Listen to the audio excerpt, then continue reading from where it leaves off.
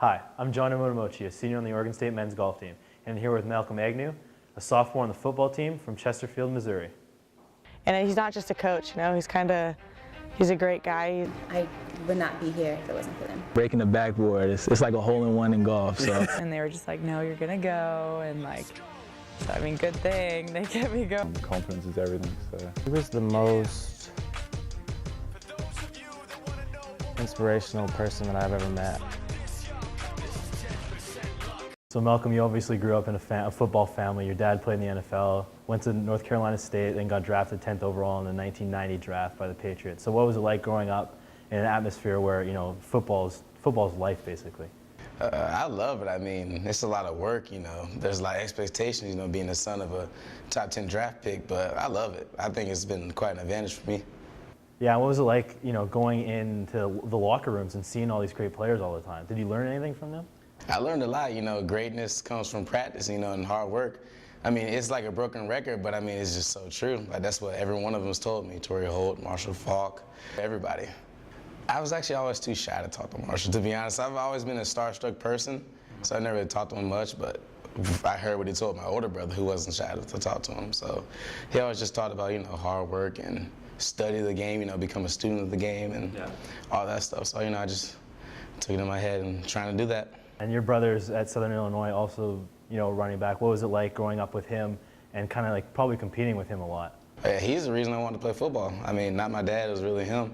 I wanted to be like him, I wanted to be better than him. I think it made me better, I was competing with someone older than me and was better than me at the time, but yeah, I love my brother. You were a track star at the Smith Jesuit as well as, being a running back, and you had a 3.5 GPA in high school. So how was it like managing all that time with, with track, with football, and being a good student?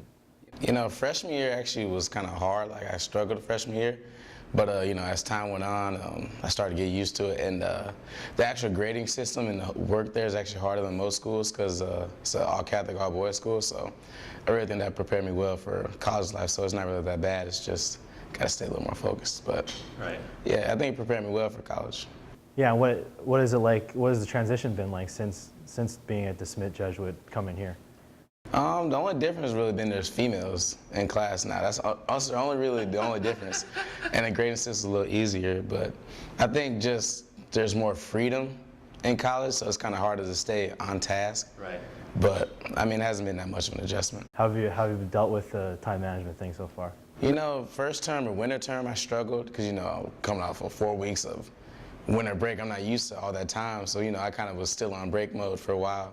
But I started to pick it up towards the end and realize what's important: schoolwork, then being an athlete. You're a pretty good football player, obviously, coming out of high school. Why did you decide to come to Oregon State?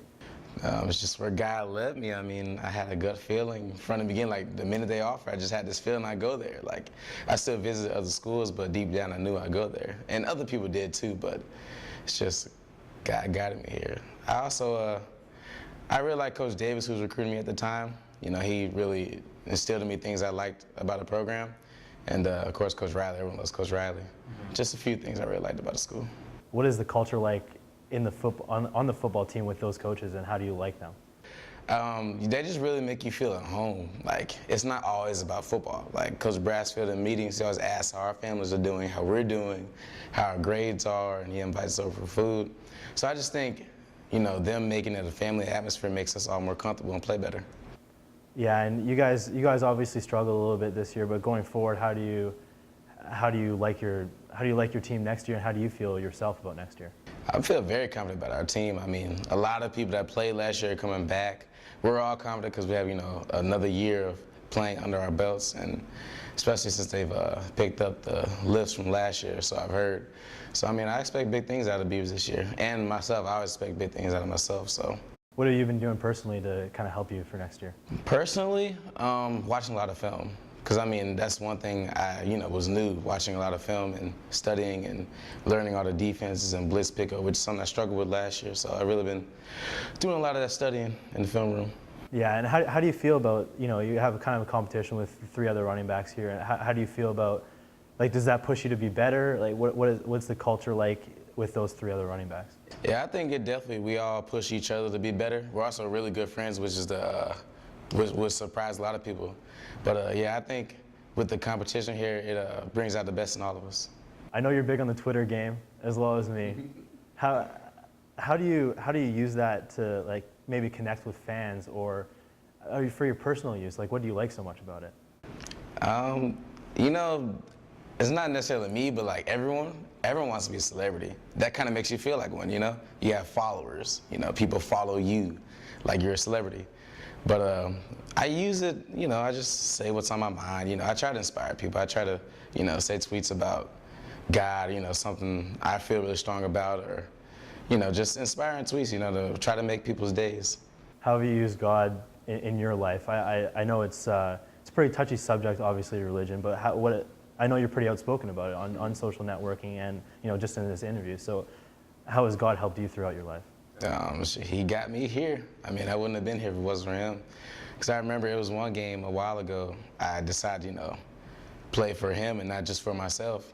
And since then, my game has really taken off. So I thank God for all that he's done for me this far.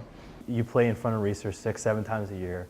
What is it like to play in front of Beaver Nation, in front of 45,000 people? I love it. I mean, like I told a lot of people before my first game, I would cry coming out the tunnel, which I didn't, but I almost did. It's just so much emotion, and I don't even know. It's like the crowd goes nuts, and the OSU chant at the beginning of the game. I love it. Yeah, you must get chills going out there. You know, you come from high school, and you know there's 45,000 people, all in orange, going out there. Definitely chills. Talk more about the coaches, and you know, everyone talks about how nice Coach Riley is. You know, and you talked about how much of a family atmosphere it is. So was that a huge part of why you came here? It was definitely a reason why I came here, because, you know, the instant I walked on campus and, you know, seeing everyone and all that, I felt at home. Like, even with players, like, I felt like I already knew him. Like, Ryan Katz, I got to know him really well. Like, 10 minutes, I felt like he was, like, we were already cool, just like that.